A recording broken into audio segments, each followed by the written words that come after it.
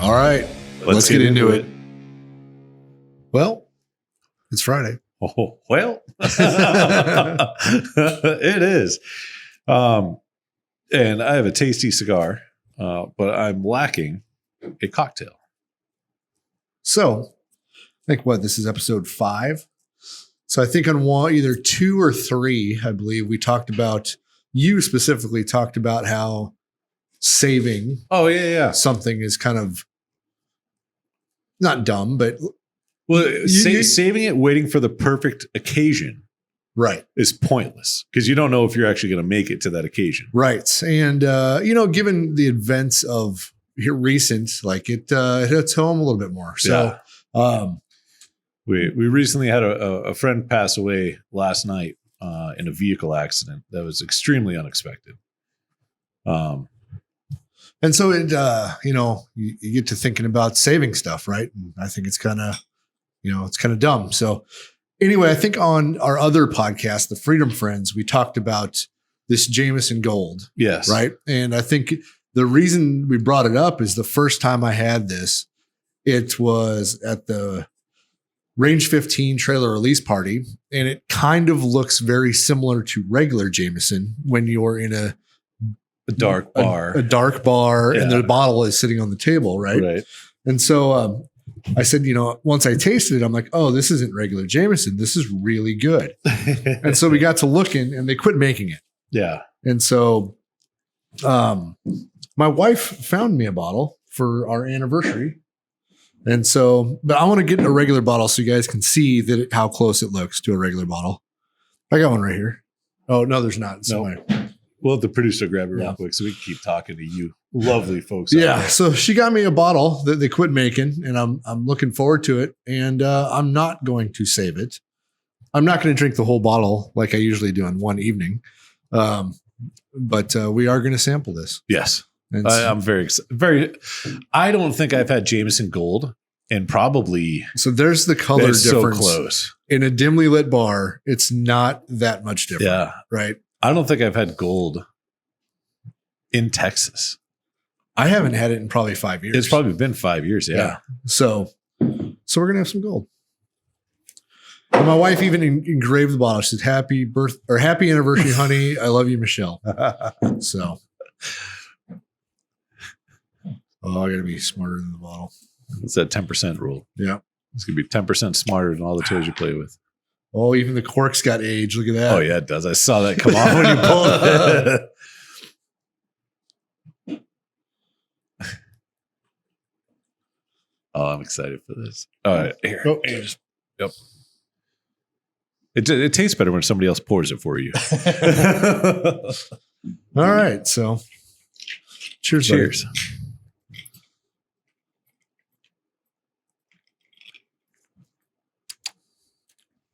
Yeah, it's still delicious. It is still delicious. It really is. And it is not regular Jameson. No.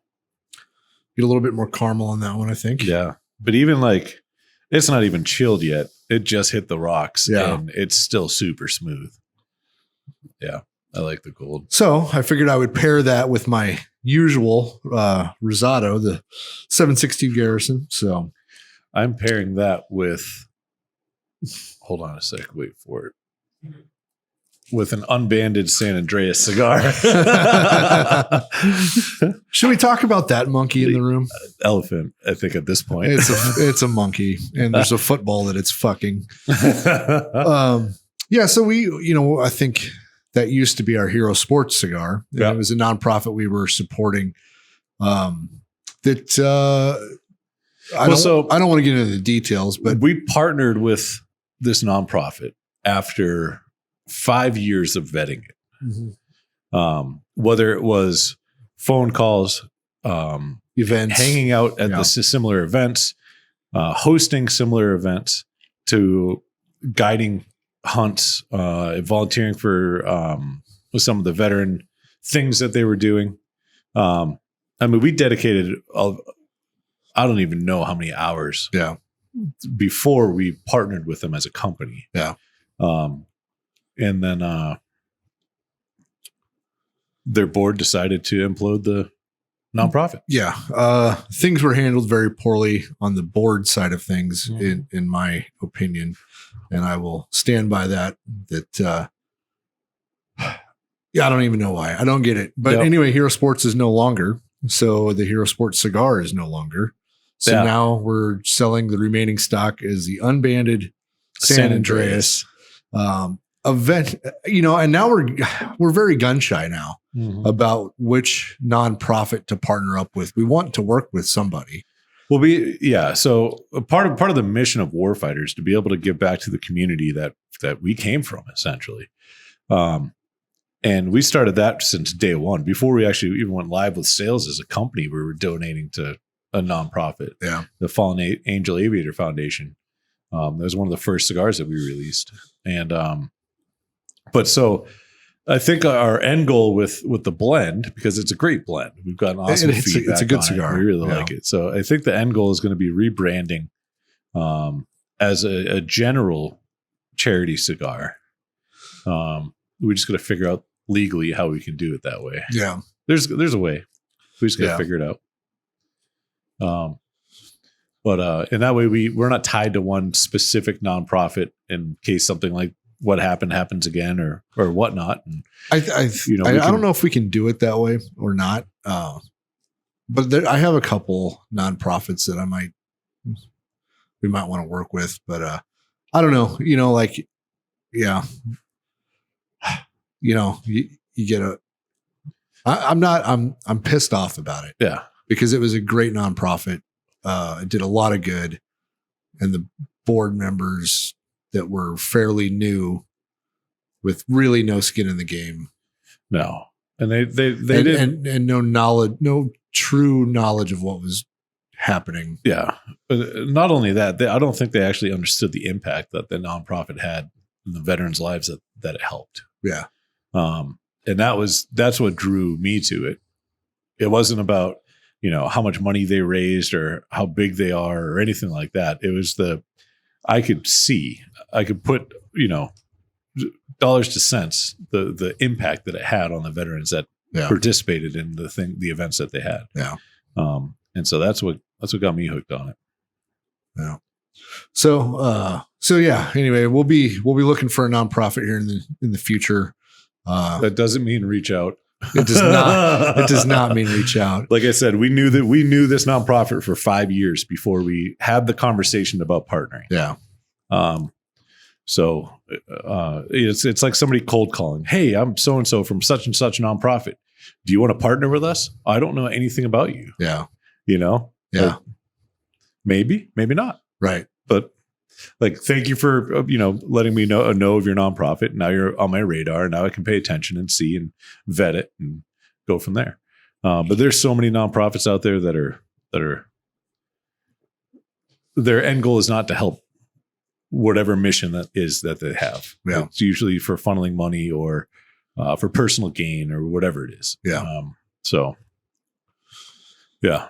Yeah. So that's where we are with that one. Great cigar. It's still on the website for sale as the unbanded San Andreas. Yep. So, but yeah, then we had a couple questions, right? About humidors. We did.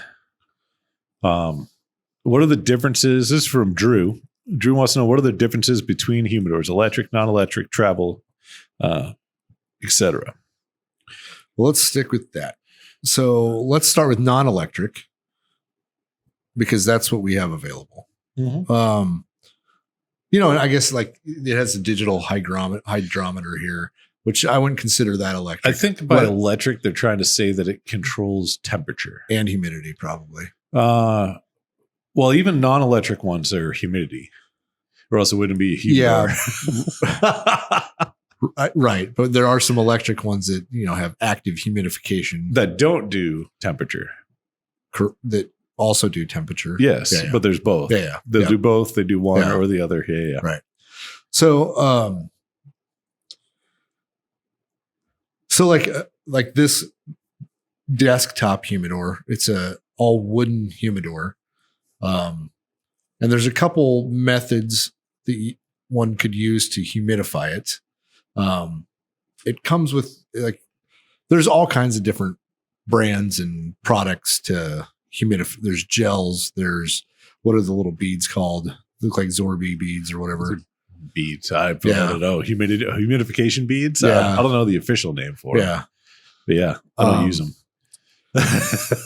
You do use them. Well, I use them in my Cigar Oasis. Right. And then there's solutions that you can use. There's all kinds of stuff. What we found that works the best is just using the Boveda packet. And if you don't know what a Boveda packet is, it comes in a little envelope, or like a little envelope essentially. It's got like a gel in it, and it's a two-way control. So if you need humidification in your humidor, it actually lets out humidification. If you have too much humidification, it absorbs it. Right. And so it keeps it at either, you can get 69%, you can get 72%, which are the two that you'd want to use for cigars. They have it in 75, 85, 84 or 84. Yeah. And then I think they go all the way down to in the 40s and 50s. Yeah. So, but cigars, like for humidors, and so it's the difference between 69 and 72%. Mm-hmm. I like to keep my cigars between 66 and 69%. Yeah. Right. The reason you would use a 72, especially in a wooden humidor, is because it's going to leak a little bit. And so the extra couple percent, like this one has a 72 packet in it right now, and it's reading 66%. Yeah. Part of the reason it's reading a little lower right now is because I don't have a whole lot of cigars in it. Actually, the more cigars you have in a humidor, the better it'll hold. The easier it is to maintain. Yeah. Once it gets to the right humidification, it's easier to maintain that. But the 69% work great in our Pelican cases, which once they're shut, they're 100% sealed. So it's not leaking. Right. And so we've used, and like once these packets go bad, they dry up into a brick, and then you got to replace them. These are $4. But we've had them in Pelicans that, if you remember to shut them, last up to a year in the same Pelican. Yeah. If you forget it and you leave it open or cracked like that, it'll burn through it pretty quickly. Yeah. It depends on your environmentals. It could be a couple of days. It could be a week. But it's definitely going to dry out if it's not in a sealed humidor or Pelican or anything like that. So in this one, this is a 60 gram is the weight of this pouch. The one I have in here is actually a 320. Yeah. It's actually a 320 gram pouch. So, and you can see it's still, this one's like brand new, and it's been in there for 6 months to a year now. Yeah. They also have smaller ones. Like this is an 8 gram. And when we ship our orders, we ship it with a 4 gram, pack in the Ziploc. So we try to maintain humidity throughout shipment. So yeah, this is a desktop. This is what I would consider a travel humidor, the Pelican. And like neither one of these control temperature. So obviously this one's going to be room temperature, whatever room you have it in. You're not going to travel with this one. This one, and you want to keep the temperature of a cigar right at 70 degrees is ideal.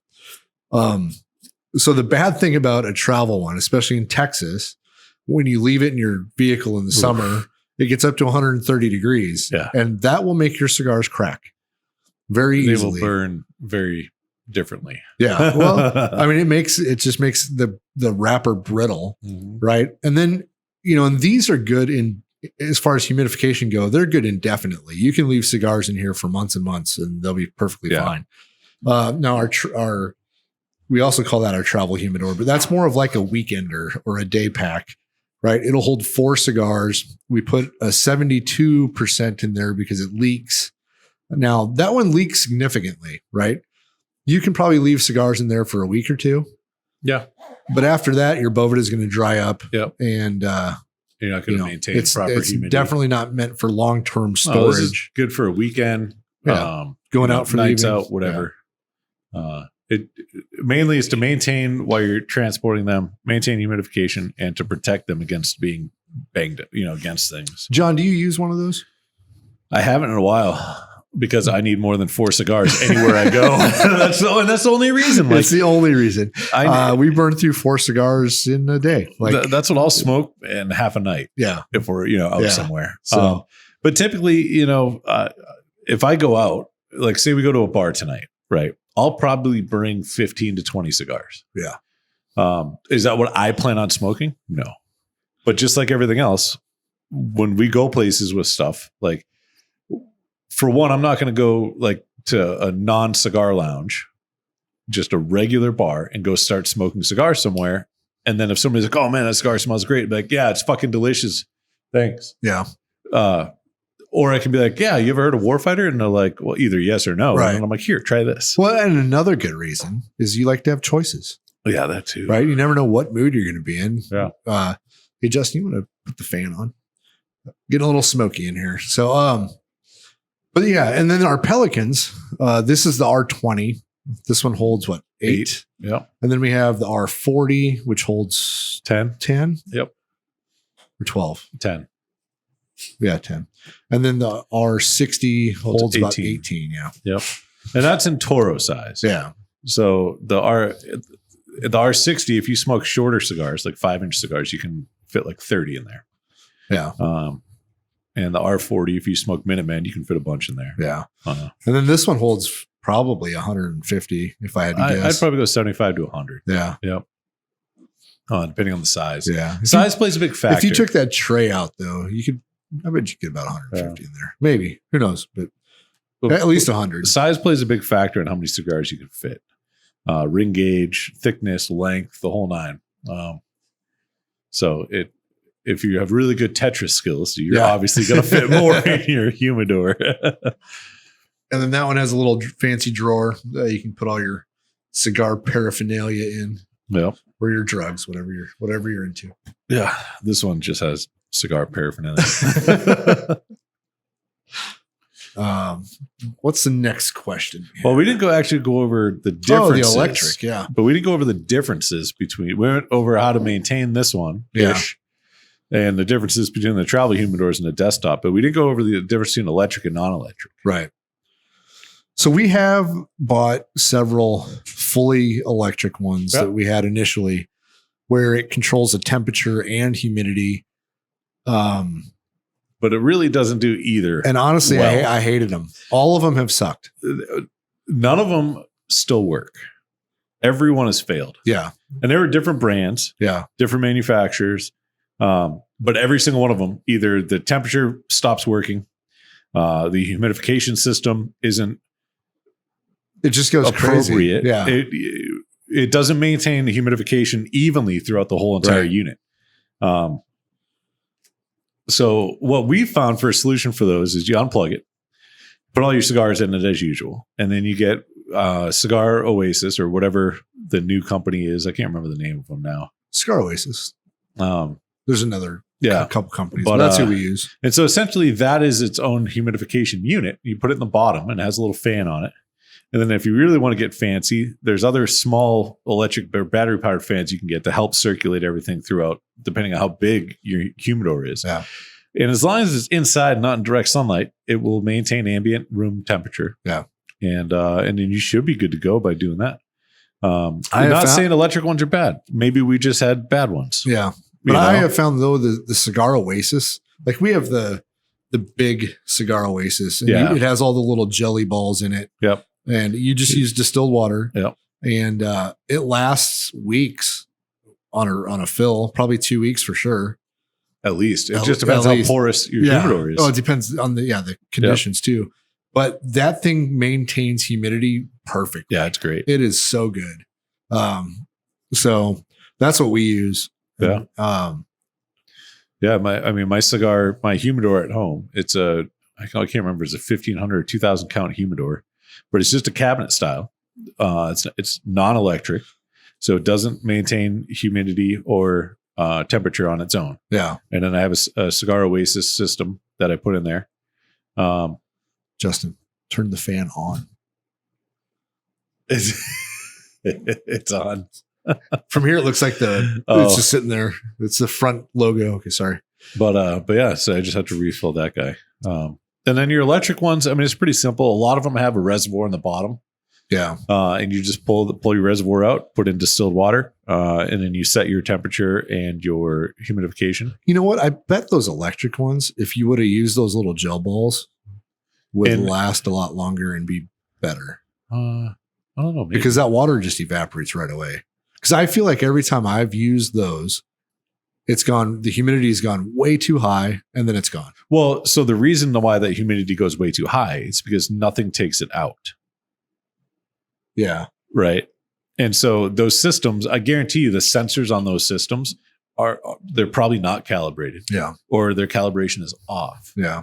You know, so if you want to maintain a certain humidification level, you have to figure out what that system, you might have to set the system at 50, but it's keeping it maintained at 65 or 68%, you know.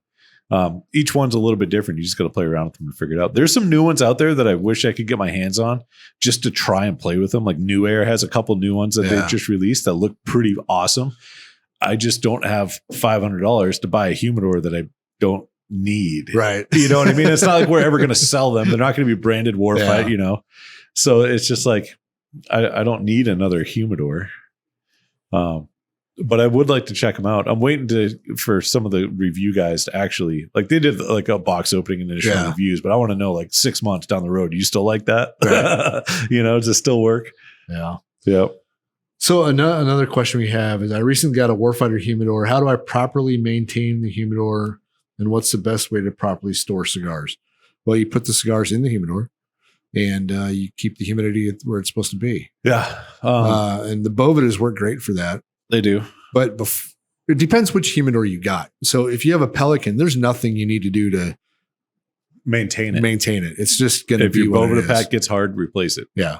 Yep. Now this one, or any wood humidor for that matter, you can season them or condition them. And I highly recommend seasoning them before you put cigars and try to maintain humidification. Yeah. And go ahead. What that means is because the humidor is new and it's never had moisture in it, you have all that wood that's absorbing the moisture. So it's fighting the cigars for the humidity. Yeah. So what conditioning or seasoning them is doing is just you're putting the moisture in the wood before you put the cigars in there. And that's why everybody likes to use cedar because it holds moisture. And so that and cedar is an anti fungal. It acts as a bug repellent. Oh, okay. So you never have to worry about something that's in the wood in your humidor or something that's going to burrow in or grow into it or whatever. I mean, obviously mold, but that's a surface thing. But the cedar, they use cedar because it is. I wish I could remember the word for it, but it doesn't. Bugs don't like it. Okay. I'm not talking about cigar beetles. I'm just talking about bugs in general. Right. Yeah. But so Boveda makes a humidor starter kit. Yeah. And so I think it's just like a higher percentage. Well, it comes with a few 84% packs, and then it comes with 72%, and it's based on the size of your humidor. So you can order it for a 50 count or you can order it for a 100 count. To season the humidor, open it, take it out of the box, open your humidor. About 98.5% of the time, there's going to be one of those little silica anti moisture packs in the humidor, right? Because they don't want a chance of anything happening beforehand. So that's sucking out the moisture out of the air inside the humidor. Find that pack, take it out, or else you're just going to be fighting yourself forever on that. Once you know there's nothing in it, there's a couple different ways you can do it. Some guys like to wipe down the inside with distilled water and then add the humidification packs. I personally don't like to do that. I don't like to add any fluids inside of a humidor because it has a chance of things going bad.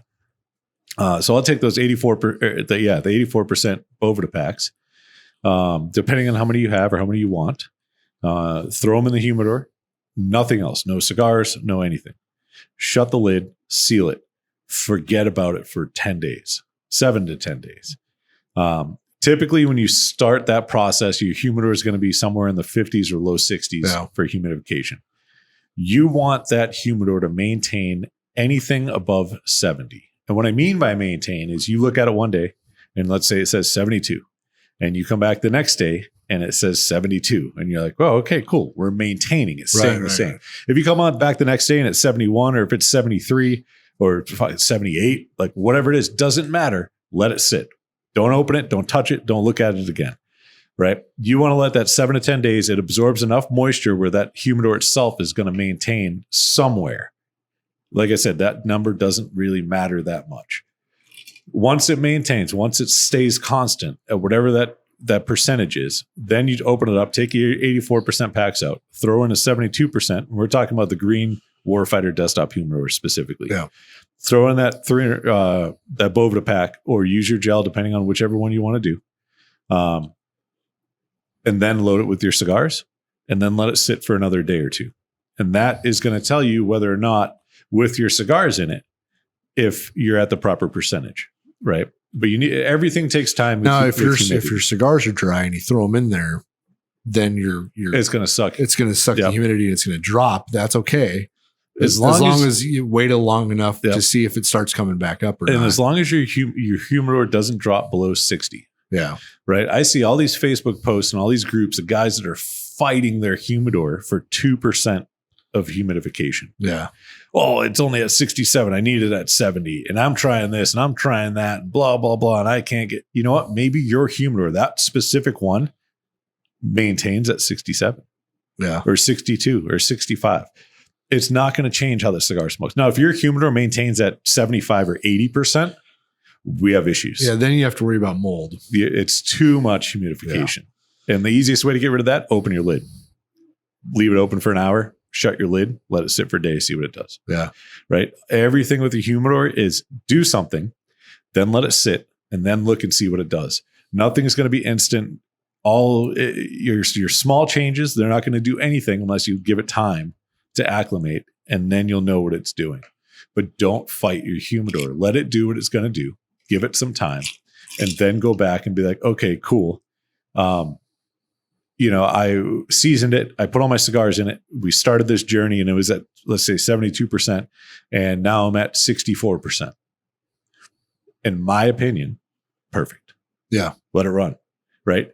You don't want it to go below 60. You don't want it to go above 70.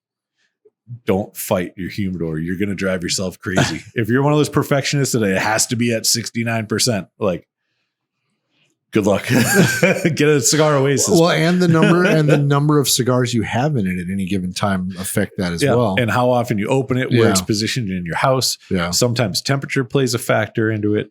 Luckily these green ones that we have, they seal really well. Yeah. So they maintain better than some other ones that are on market. But if you're getting that $50 one off of Amazon and you're expecting it to maintain, good luck, man. Yeah. Yeah. Trying to think if there's anything with the electric ones. Those ones you still have to season also. Yeah. It's a little bit different of a process because you have continual humidification that's getting put into it. So essentially you turn that thing on, you set it to where you want to set it. I would still let it sit for a week before I put cigars in it. Yeah. But you set it, say you want it 70%. You just set it at 70. You let the electric humidor do its thing. It's going to pump enough humidification in there to maintain that 70%. Yeah. After about a week, all that wood's going to absorb enough of it where it's going to help maintain. And then you throw your cigars in and it's the same business. And one of the biggest things too is you have to use distilled water. If you use regular tap water, all your shit's going to mold. Well, it won't mold per se, but everything will turn white. You will get a film on everything in that humidor. Most of the time I've seen it, it's ended up in mold. So mold is because of too much humidification. Yeah. Or a bacteria that's in the water or something. Yes and no. So if you're not using distilled water, when it gets processed into a vapor, all the minerals and all the crap that's in that water is now airborne. Yeah. And eventually it'll settle. Right. Will it turn into mold? Potentially, maybe. But you're more likely to get a white film over everything. Yeah. Whether it's a cigar that's naked or a cigar in cellophane, whatever, it's going to have that film of all those mineral deposits just settling throughout your entire humidor. Also, what it does is it creates a buildup of calcium inside whatever humidification system you have, which can eventually cause it to fail. Yeah. So distilled water, it's $1 a gallon. Yeah. You're good to go. Yeah. Like we don't use distilled. We used RO, and that's system. the same thing. Yeah. It's just a different filtration process. Distilled water, they heat it up and they collect the condensation, and it gets rid of all the impurities in it. Yeah. And RO system just runs it through whatever filters, 5 different filters, and does the same thing. Yeah. Let's see. I think that's probably enough on humidors. Yeah. What's the best way to properly store cigars? Store that cigar however it showed up to you. If it's in cellophane, keep it in cellophane. Oh. If it's out of cellophane, leave it out of cellophane. Right. But I think it's kind of comical when guys go rearrange their humidors whenever, like randomly, they're like, I'm just going to go rearrange my humidor today. And they post a picture of everything laid out. Right. And then they pick it all back up and put it all back in the humidor. And they do it like 8 or 10 times a year. All you're doing is risking a chance of fucking up your cigars. Like you're overhandling a cigar. Why? Now, there's one reason I could see to do that. Okay. I'm all ears. And it would be if you have a very much overcrowded humidor. And your humidification can't get to, like, say, the top. So you get a fan. So right. But I can see maybe rotating them, but that just means like you need to change your setup. Yeah, you need to change your setup. Yeah. Yeah. But I mean, it just, I don't get it. Yeah. I don't understand that. Maybe you just want to play with their Legos. Leave them alone. Maybe. Just don't complain about a cracked wrapper down the road. Yeah. You did it yourself, bud. Yeah. And then there's this American question. Okay. Let's jump into that. So one of those cigars that I've saved, right? I got handed from J.C. Newman Jr. And it was the American cigar, right? Now I've had several American cigars. Yeah, I think we had a couple boxes at one point. Well, for Jim's wedding, we brought it. Yeah. So, and so it can be done. Warfighter cannot do it. There's one company that does it. Yeah. So they have J.C. Newman has a factory. It's the oldest continually running cigar factory in the United States, right? They buy tobaccos from the United States or grow. They roll the cigar in the United States. The boxes are made in the United States, right? Yep. Everything's done in the United States. So they call it the American. It's awesome. Is it my favorite cigar? No. It's cool. It's very cool though. Yeah. I appreciate it. I think he said he loses money on every cigar. I was going to say, I've heard that he loses money on every single cigar, but they do it because they are the last remaining brand that does it. Yeah. And if they didn't do it, then nobody would have cigars grown, rolled, and produced in the United States. Yeah. And the hard part about that is the tobacco. Mm-hmm. The very, very little tobacco. Justin, maybe Google it. How much cigar tobacco is grown in the United States? It's very little amounts. They grow a lot of tobacco in the United States. It's none of it's cigars though. The majority of it is not. Yeah. It's cigarette tobacco or chewing tobacco, or loose leaf, or roll your own. So it's all shredded stuff. Yeah. Yep. But yeah, and just the cost of it, if you're buying tobacco as a crop and you're aging it and storing it, and it's very, very labor intensive. Yeah. In the United States, I mean, you got to think, if you go to McDonald's and you order a Big Mac, right? That person behind the counter that's ringing you up is probably getting paid $15 an hour because that's the culture we live in nowadays.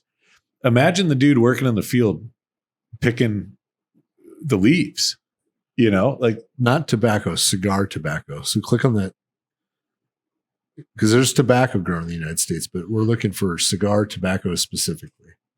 But just with labor costs alone, you wouldn't be able to maintain that cigar below a probably $150 price point when it's all said and done. Yeah. and we don't have the resources to do it. We don't have the ability. Nobody's going to sell us cigar tobacco made in the United States because it's so much in demand, right? That we're not even on that. Well, I mean, we've had some farms that have reached out to us asking if we'd like to buy tobacco. Yeah. But we don't manufacture in the United States. Yeah. We don't have a factory. So we would have to buy the tobacco, ship it, pay import fees, ship it to into Nicaragua, and then ship it back and pay import fees, getting it back in the States. It wouldn't make much sense. Yeah. So, but I want to say, like on the top of my head, it's maybe a couple hundred acres in the whole country. Way more than that for cigar tobacco. Yeah. Yep. They grow in Connecticut. They grow in Pennsylvania. They grow a lot here in Texas. Yeah, but I don't think there's a lot. I'll bet you it's more than you think. Okay. Yeah.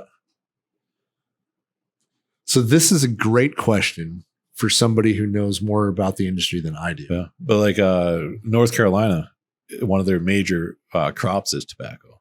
Yeah. But a lot of it is for cigarette tobacco. Yeah. But yeah.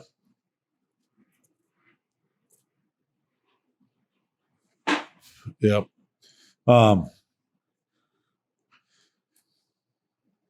We got one other thing on here that we can get into that'll probably it's a pretty deep rabbit hole if we want to do that. What's that?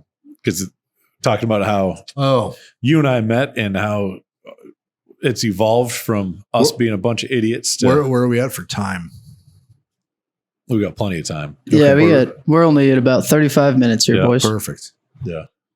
Yeah, because our story is kind of a long one. Yeah. Yeah. So, well, I joined the Army in 1998. Yeah. Actually, I joined the National Guard in 1997. I went active duty in 98. And Jon, I joined in 2000. In 2000. Yep. So, once upon a time, I was at Fort Campbell, Kentucky. And this piece of shit private shows up. That's me. Because I was. I think I was an E4 at the time when you showed up. So. And you were an E4 when I got out, too. That is a true statement, sir.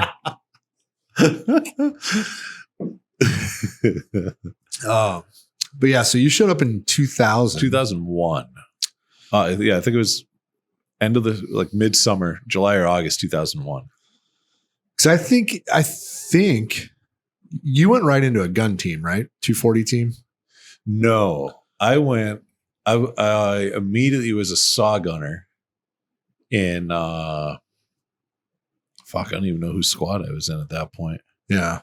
Well, I think when you got there, I was a 240 gunner. Yes. You were in weapons squad. Yeah. And then I got put on the saw. But I think when I got out of weapons squad was when you came to I might have replaced you. I think you did. In weapons squad. I think you might have, yeah. But I was so new that I was so far removed from my little 3-person world of my team. Yeah. Nothing else in my life mattered. Yeah. Yeah. Yeah. So we met at Fort Campbell. And then we did a couple years of training and shit. And then 2003 kicked off. And then, so right after I got to Campbell, and I think we went almost immediately with a matter of weeks. We did a JRTC rotation. Oh yeah. And then we got back from that because I think that was August. And then we got back from that and then 9/11 happened. Yeah. And then shit got fucking weird. Yeah. For 3 months.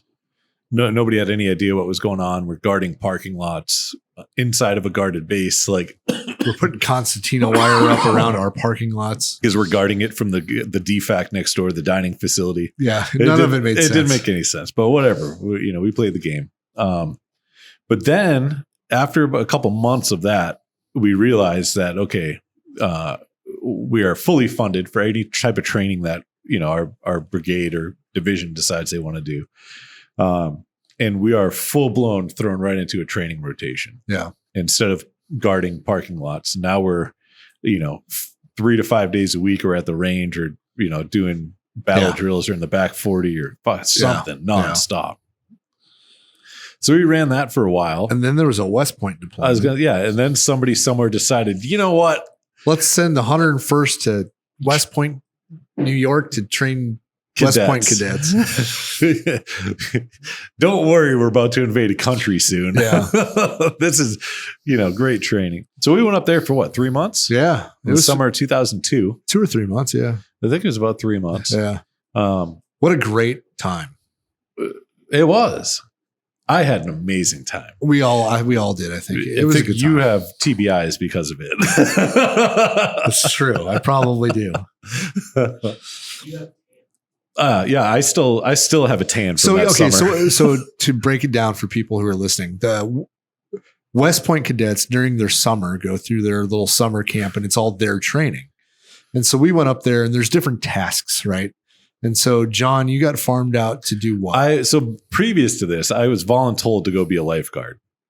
You had to go to life. I had to go get lifeguard certified. Right. So I spent a week at the pool at Fort Campbell, like 4 months before we went to West Point. I remember we all hated you because of this. And I showed up at 9 o'clock in civilian clothes, and everyone was like, "Fuck you!" And I'm like, "Well, this is my duty uniform. Sorry." Yeah. So I became lifeguard certified. So I get done with that. I come back to the company. I'm like, "Hey, I'm a certified lifeguard now. What do you guys need me to do?" And they're like, "Fucking carry on." Like, we don't care what the fuck you do. Just get out of my office. And I'm like, well, this is weird. So then we get up to West Point, and we're getting ready, and they're assigning all of us our different, they called them lanes. Yeah. The different tasks that we had to, teach the cadets. And so they're putting everybody on all these lists, and you're doing the M4 range, and you got the 240 range, and like you were assigned to the AT4. Well, I did AT4s, and then we also did, as a platoon, we did the shoot house. Advanced rifle marksmanship and mount training. Yep. Yeah. That was really fun. Yeah. I did get I got to play. So the days that you guys needed extra people, I got to go play on that. Okay. And that was really fun because they had the hostage set up with the, running the blanks through the mount cities of the shoot house. Yeah. But so they're choosing everybody, and they're like, "Hey, who went and got lifeguard certified before we came up here?" And I was like, "Oh, fuck." I'm like, "Man," I'm like, "that was me." I'm like, "This is gonna suck. I don't know what they got in store for me." Yeah. I'm like, "You're on the Recondo site," and I'm like, "Cool." And I'm like, "Okay." So then next day we had to go out to our lanes, and they showed us everything we had to do. So I go down there to the lake, and we had a slide for life. Like a zip line. It's like a zip line, but you hold on to it, and then when you have to let go and drop into the water. We had a beam walk rope drop like they do when they graduate ranger school. You have to go touch the ranger tab. You have to climb up. It's like 20 feet above the water, and you got to walk across this beam and go over like a step, and then go another beam, and then climb on a rope and climb out on the rope, shimmy out to the middle. Yeah. And then, they had some cadet officer thing they had to say, and then they had to drop into the water. And my job was to sit in a Zodiac all day long and make sure nobody drowned. My duty uniform was a pair of shorts. It was awesome. And everyone hated me. But it's the same thing. I didn't have to do shit until 9 o'clock. Yeah. And so every morning, everyone's getting ready to go in their lanes, and I'm just sitting there in a pair of shorts and a towel. So as you're doing this, I was on the advanced rifle marksmanship course. So we're doing like moving and shooting drills and stuff like that. And then at the end of the course, so our platoon Sergeant Garino at the time, I was known to be a decent shot. So he challenged all of the cadets that, I don't remember what the challenge was, but if any, they would pick their best 2 shooters to shoot against me. Yeah. And if any of them beat me, something happened. Yeah. But I never lost. So, yeah. But I was nervous one time. Yeah. Because one of the cadets that came up to challenge me had a President's 100 tab, which means in competition world, they're the top 100 shooters in the country. Yeah. And so I'm like, well, fuck. But as he got up there, you ask the cadets what branch they're going into, right? Yeah. And I think some of them had the insignias on their pockets or some shit they were going into. And so this guy had a fucking some weird shit on his pocket. And I'm like, yeah, well, what are you going into? Having a President's 100 tab. And he's like, oh, I'm general staff or some shit. Yeah. right? I'm like, what the fuck does that mean? He's like, well, it means I'm going to work for a general, like a secretary, Yeah. you know? And then I kind of was like making fun of him. Like, so you have a President's 100 tab and you're going to be a secretary. You're going to be a general's bitch. Yeah, that's how I said it. I know. That's how I said it. Right. And he kind of laughed at me and he's like, well, easy path. Right. I'm like, okay, buddy, and so I ended up beating him and yeah, it was fun. And then TBI time. Yep. We have to go to every cadet gets to shoot a live AT4. Complete waste of money, Army, by the way. Because they will never do it in their career. They will never do it in their career. Not ever. Ever. So $7,000 a cadet. And then now the enlisted, when they go to basic, one live AT4 gets shot per rotation, and everyone else gets to shoot a 9mm tracer out of an AT4 tube. If you're not infantry, do you go to the AT4 range? And is there a live AT4 shot? I don't know. I don't know. I would like somebody to answer that. But I know that the enlisted exponentially shoot more AT4s. How many AT4s live ones have you shot in training and or? I've shot 4 AT4s in my life. Okay. I've probably shot. No. I probably shot. Oh, you pulled the trigger. Yeah, that I pulled the trigger on was probably about 4 too. Yeah. However, how many have been shot near you? So I was the AT4 guy that stood next to every cadet that shot AT4s. So this is in one day. I think I was next to 15 AT4 firings. And at the end of and like right next to the guy, right? I'm like closer than me and Jon are right now. And so you walk them through the process, you make sure they're not going to shoot it backwards at the crowd, shit like that. Right. And at the end of the day, I had to go see our platoon sergeant. I'm like, I don't feel good. Like I'm fucked up. And I was throwing up and like sick as fuck. And even the next morning, I'm like, I can't go out today. Like I'm fucked. And here in the last year or two, I got to learn there's something where you're only supposed to be allowed to be around like 2 live firings of an AT4 in one day. That's what I'm trying to look up that stat right now. Yeah. And so I got my bell rung on that one for sure. But it was cool. I was enjoying it at the time because you were sick for a couple of days. I was sick as shit, man. I was fucked up. You really were. My equilibrium was fucked up. I was fucked up. You know what I appreciate about an AT4 as I'm looking stuff up right now? How much do you think an AT4 costs? $7,000. $1,480. That's pretty good. That is, I'm looking at pistols that cost more than that right now. Fuck. I just want one AT4. Destructive device permit. I wonder. Yeah. Do you know why it's called an AT4? Because it's 84 millimeters, which is retarded. Yep. I thought it was anti-tank 4 something. Right. Like what's an AT1 and an AT2? But no. Mm-hmm. Yeah. So back to how we met, right? So that's West Point. And then we probably should speed this story up a little bit. And then what did we do after West Point? I drank a lot. Well, that was at West Point because we had a best sergeant major ever who. Oh, they put a beer garden in. No, a beer tent. A beer tent. And at first it was $1 a beer. And then they figured out they couldn't charge us for beer. So it was a free will donation. I strongly suggested that it was $1, at least $1. And then they put us on a 2-beer limit. We got because we got fucked up all the time. Holy shit! They had like a movie theater set up in our little camp where it was like an outdoor movie theater thing. And I remember sitting at the movie, watching or staring kind of at a screen with zero ability to focus on anything. I was so fucked up a couple nights. I appreciate it though. And then on the weekends, they let us go into actually New York City, which is cool. Well, we had to get a pass for that. Yeah. But they let us go into the little, what's the name of that little town? Oh, I have no idea. Oh, with that one bar that we always get kicked out of, but they kept letting us back in.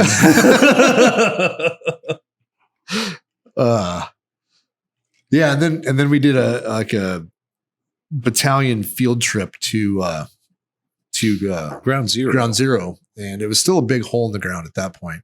There was still wreckage and rubble. Yeah, they were still clearing it out. Yeah. Which was really cool. We got to do a big battalion picture, Re-enlistment ceremony. Yeah, it was pretty cool. And then all the New Yorkers, obviously at the time, were like Very pro military. We got treated really well wherever we went. Levi and I got left in New York City that day. Yeah. Yeah. All the buses left. And we heard him and I were just standing there and we're like, well, looks like we got to find our own way back to West Point. And that was it. And this was 2002. So it's not like we had cell phones or Uber or any of that. Yeah. I didn't have Google Maps. I didn't have shit. And so we're at Ground Zero in New York City and we just watch whatever 20 something buses pull off. And it's just him and I in uniform standing there. We're like, well, shit. So first thing we did is we found clothing stores and we got civilian clothes. That's a good idea. Yep. And put our uniforms in a bag. And then we got food. And then I think we went to Times Square. Did you guys get in trouble for this? And we did something else. And then we essentially worked our way like to all the shit that we wanted to see. Yeah. And then we went to the train station in Times Square and they're just outside of it and got tickets to West Point and got on the subway. But we were hanging out in New York City for, I don't know, probably 8-10 hours before we went back. And then when we got back, I think it was because I was in weapons squad at the time. So Rhodes was like, where the fuck were you? Blah, blah, blah, blah, blah. And I was like, you guys fucking left us in New York City. Where's your accountability, Sergeant? I was like, so we just finally made our way back. Because I think I was an E3 or E4. I think I was an E4 at the time. And Fitz, I know, is an E3. Yeah. And but that was really fun. And I'm like, great. Yep. Yeah, West Point was fun. It was a good time. Yeah. And West Point itself is beautiful. It's an old castle. It's fucking cool as shit. But then, how long after West Point until we deployed? So that was summer 2002, and we deployed probably fucking 6 months after we got back. We deployed in February 2003. Yeah. And we were in Kuwait before the actual war kicked off. But yeah, so, like we were saying, Scott and I were on the same platoon. So when we got deployment orders, we deployed together for the initial invasion into Iraq, 2003-04. And we started off in Kuwait, and then we crossed the berm when the invasion started, and we hit every major city all through Iraq. We took the city of An-Najaf. We took a corner of Baghdad. We ended up taking a good chunk of Mosul, and then we hung out in Mosul for 6-7 months. Yeah, probably the last half of the deployment, pretty much. Yeah, it was interesting. It was the initial invasion. It was sporty. Yeah. At first. Yeah. And then it transitioned eventually to winning the hearts and minds, which sucked. That was horrible. Yeah. Yeah. Yeah. But you left me halfway through the deployment, you fucking asshole. Well, No, you did. I was adjacent. Yeah. It was so about halfway through. Yeah, it was about halfway. We just got to Al-Kindi. Mm-hmm. And then they were looking for sniper replacements. Yeah. And so I went and tried out and got accepted and moved over to scouts and to the sniper section and finished up that deployment doing that. Yeah. So you went from kicking in doors next to us to now you're our Overwatch. Yeah. Yeah. Which was kind of cool. Well, it was really nice because we all knew how well you could shoot. So we'd figure out who our sniper support teams were for the mission that we were doing. And it was like, oh, we're fine. Like, he'll take care of it. Yeah. Then we redeployed and you ETS'd. Yeah. So we got back from Iraq in, I think, February 2003. Yeah. Excuse me, 2004. Yeah. And then I got out of the military in August of 2004. And then I stayed in. Actually, I take it back. I got off of active duty August 2004. Right. And then I did a year in the Arizona National Guard and realized that that's a fucking joke. and did not continue my career with them. Yeah. I stayed in. We got back and You went to Sodic. Well, before that, I organized for our sniper section. We had a lot of guys that weren't sniper trained. And so we went to the McMillan Sniper School, which was in Arizona. And so I had just got done with that. And then I had a SODIC slot, which was because we shared Fort Campbell. With What's SODIC for the listener? We shared Fort Campbell with 5th Group Special Forces. So they ran their own sniper school called SODIC, which was Special Operations Target Introduction Course, which has been renamed. I don't remember the new name now. Some officer need another bullet point. Exactly. And so I went to SODIC. And so there was 4 101st guys that went to SODIC with probably 16 or 18 5th Group guys. And so all the 5th Group guys were E6 and above. Yeah. Most of them were E8s that went through. Yeah. E7s. Which is equivalent of an E5 or an E6 in the line unit. It really is, right? And I remember it came down to like the last day because it goes by, you get points and everything's graded and scored and goes by points. And so they give out an honor grad and they give out a top shot. Yeah. And so the top shot's an individual award, but you have a sniper partner with you, right? And so my sniper buddy was decent. Yeah. But the 5th Group team that I was going up against, one of the guys was really good and his sniper buddy wasn't as decent. Yeah. And so on the last day, I took a commanding lead and ended up getting top shot and honor grad as a 101st guy in a 5th Group school. Right. Mm-hmm.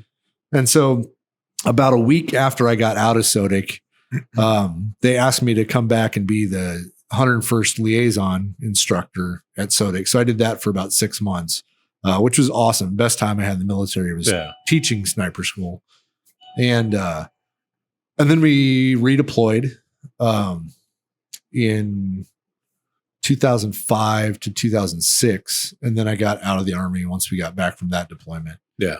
And then I hadn't seen Jon that whole time since he ETS. Yeah, when I left Fort Campbell in 2004, that was the last time I saw. Actually, the last time, because we had a party after we got back. We had a party at your house. Oh yeah, and the platoon came because you were in scouts, right? Yep, right. I think that was the last time I saw you, unless it was in passing at work. But yeah. But then when did we reconnect? So we didn't reconnect until Ackerman's I mean, there were wedding, right? Maybe a Facebook post or a group text, maybe. Mm-hmm. But we didn't actually have a conversation, just you and I, until Ackerman's wedding. Yeah, in Vegas, and that was 2010. Yeah, that was 2010. So it was 6 years after I got out. And then we didn't talk again. So you got married? Yeah, until I got married. And that was 2012. I can never remember either.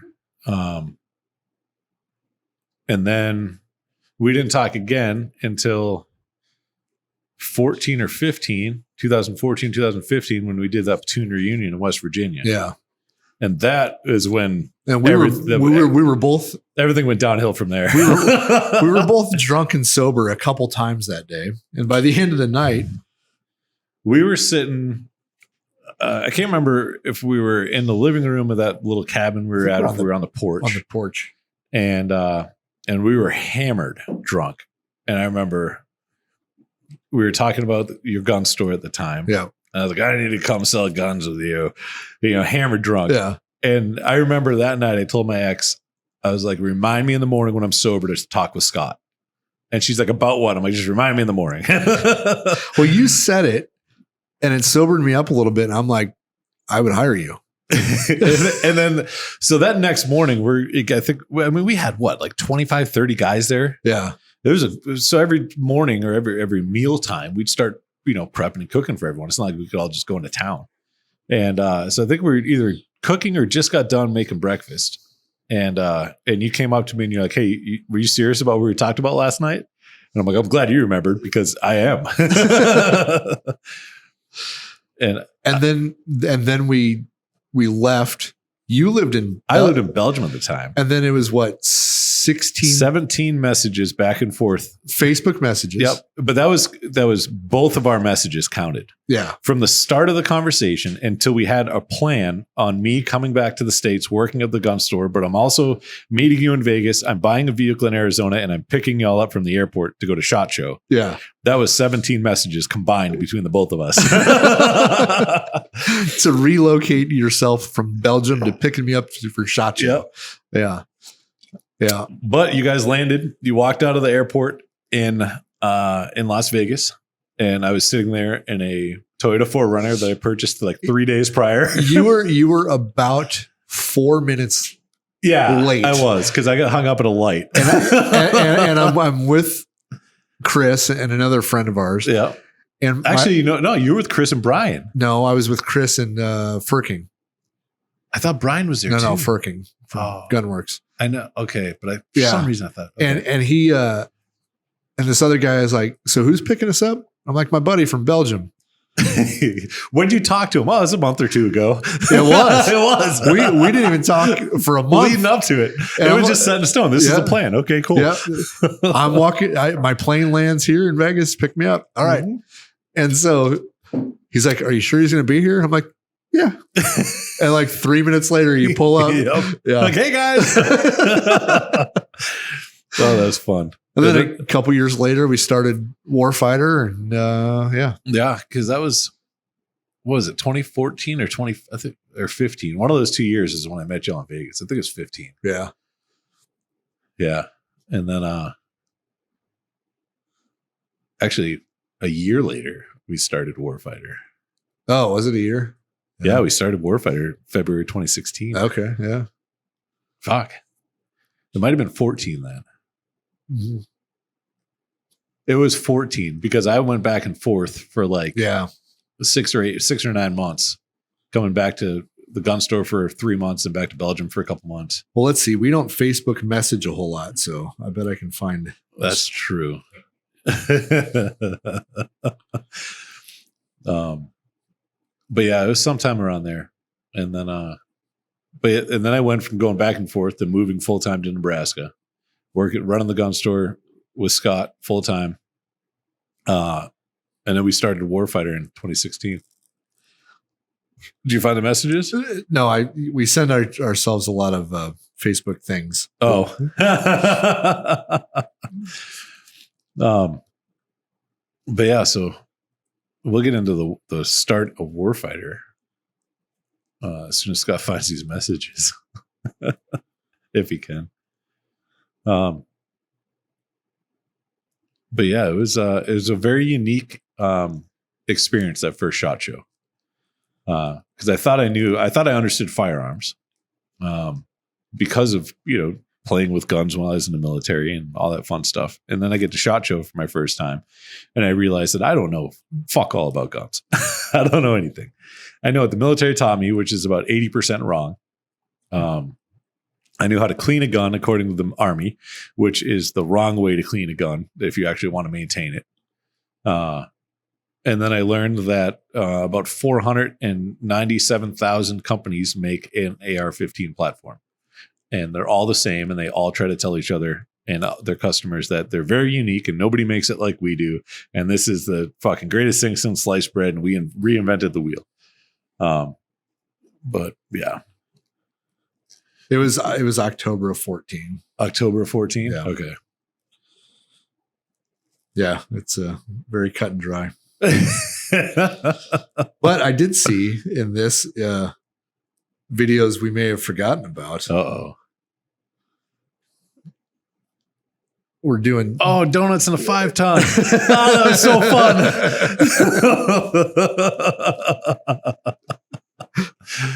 Oh, Jesus. We've done some stupid shit. Yeah, we have. That was a good one, though. That was so fun.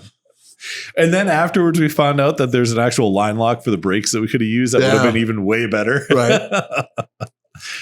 Yeah. But yeah, so SHOT Show had the conversation at 14, SHOT Show at 15, started Warfighter in 16. Yeah. And then it's just what do you say we leave it at when we started Warfighter? Yeah. And then we can do a whole nother episode of from the start of Warfighter till today. Yeah. Because that's a deep rabbit hole. Yeah. There's a lot to cover in that. I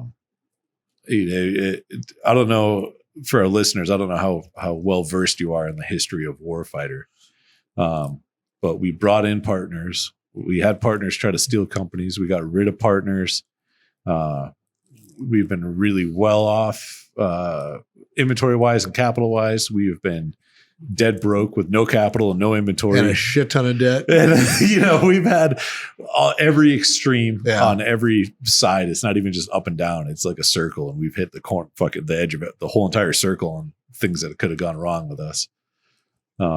We never hit the same edge twice. Yeah. Do you want to hear business talk or not? Like, I mean, let us know, because if it's something that's not interesting to people, then we'll just not talk about it. Yeah. But, I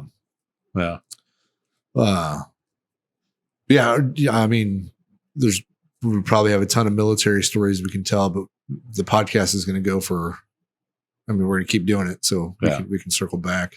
They'll always get tossed in. Yeah. Let me check my notes and see. But I think we covered the majority of everything. Got an event coming up. We do.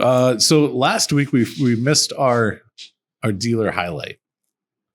Oh, we did? Yeah, we didn't pick a dealer to feature. No, it's because we were drinking, probably. Yeah, it was. But so for this episode, our featured dealer for this show is going to be Spring Street Cigars. Their first store was in Tupelo, Mississippi, but all their stores are in Mississippi. I think they have 7 now, right? I think so. I can't keep up. They just keep adding more and more. Well, one of the reasons that they're going to be a sponsor, or the featured dealer for this show, is because next week on November 10th, right? Yeah. No, November 11th. Yeah.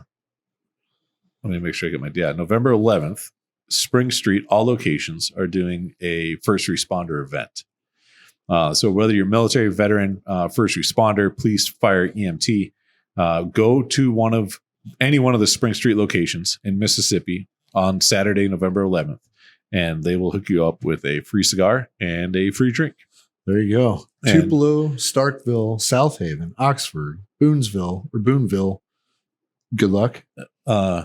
Kosciuszko, Meridian, Jackson, Tennessee. Oh, they won to Tennessee now. Yeah. And Hattiesburg. Ooh, I should go to that one. Anyway, so they have 9 locations now. So I was off. Yeah.